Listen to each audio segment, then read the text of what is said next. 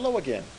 Okay, in part 1 here of lesson 25, we're going to open up our master file and prepare it for printing. So we're going to show you how to set that up. Let's go find it. We'll do that by looking at Bridge here. We know we saved it back into this file, and because of its name, it ought to be darn near the bottom, down near the bottom, and there it is. We'll click on it, brings it up into the preview, and we can double click on a thumbnail over here to open it up in Photoshop. And here it is. Okay, one of the first things we're going to do is go ahead and flatten the image. We don't need these layers anymore. So we're going to go over here and go Layer, Flatten. The instructions in those layers will now become permanent effects on the pixels. The next thing we want to do as we prepare this file for printing is we want to change the mode. We're in 8-bit, or pardon me, we're in 16-bit mode right here at the moment. If you come down here and look, we also have a 95 megabyte size file. When we change it to 8-bit, this will cut in half, and we'll see an 8 pop up right here. And that is, we're going to do that by clicking on an image, click over to mode, and come down to 8-bit.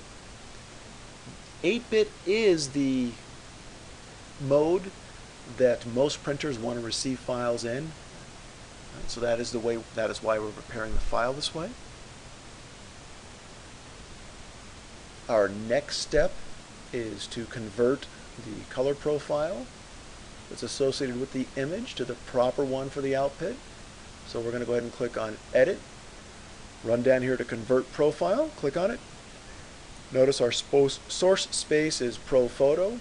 Some printers may accept that. Mine does not. I do want my destination space to be Adobe RGB 1998. It's already been selected. Again, that's found. This area right up here. We can click OK, and it'll convert that color profile.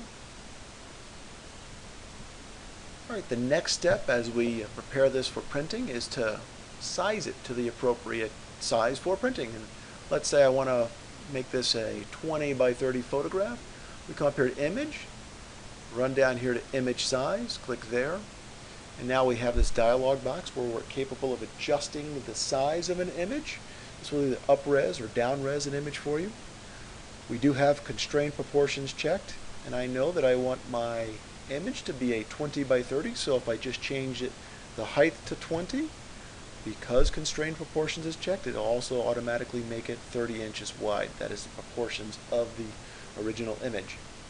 We are going to be going from a smaller file, a 47 megabyte file, to a 154 megabyte file, so we do need to make sure we're choosing the correct algorithm down here. The correct algorithm is the bicubic smoother, best for enlargement. Nice to have that little handy reminder right there, so we'll click on it. Now we can click OK to size the image. Typically my next step here would be to go ahead and click on Print Size, and then to tab away, so I'm going to hit the tab key to get rid of my side panels, and then I'm going to use my grabber hand just to run around and look at the image to make sure I didn't miss something, a bad dust spot, just to make sure everything seems to be in order. All right, everything is looking in order. Wonderful. Okay. The last thing I need to do to prepare this image for output would be to sharpen it. And to do so, we're going to talk a little bit more about sharpening when we get into the intermediate lessons. So I'm just going to walk you through the process real quick here. I'm going to click on Filter, run down to Sharpen, move over and drop down to the Unsharp mask. My defaults are right here, and since we're going to talk about this in greater detail in the intermediate area, I'm not going to bother now. We're going to go ahead and click OK. Okay, so we have opened the master file, we've flattened the image, we've changed the mode from 16-bit to 8-bit, we've converted the profile from Pro Photo to Adobe 1998, we've resized the image to the size of photograph we want, which is a 20 by 30, and we've sharpened for output. The very last thing we need to do now is save this file as an output file. To do so, come up here and click on File, drop down to Save As. We can see our color space is the right one. The embedded profile is the Adobe RGB 1998. We do not want to save this over the master file. Let's rename it. And so I tell what it is. I usually name it the size of photograph I'm looking for, which is a 20 by 30. And then I get rid of the master back here so that there's no confusion as to whether it's a master file or not. And lastly, since I'm preparing this for print, I changed this to a TIFF file. For some reason, most labs do not want to receive PSDs. They would prefer to get a TIFF file.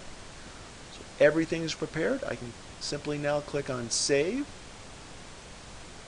and click OK. And you'll see this PSD tag change over to a TIFF tag. And now the file that I can send off to the lab for printing. Not too difficult. All right, in the next lesson, or part 2, I should say, of lesson 25, we'll go through and prepare an output file for email or website use.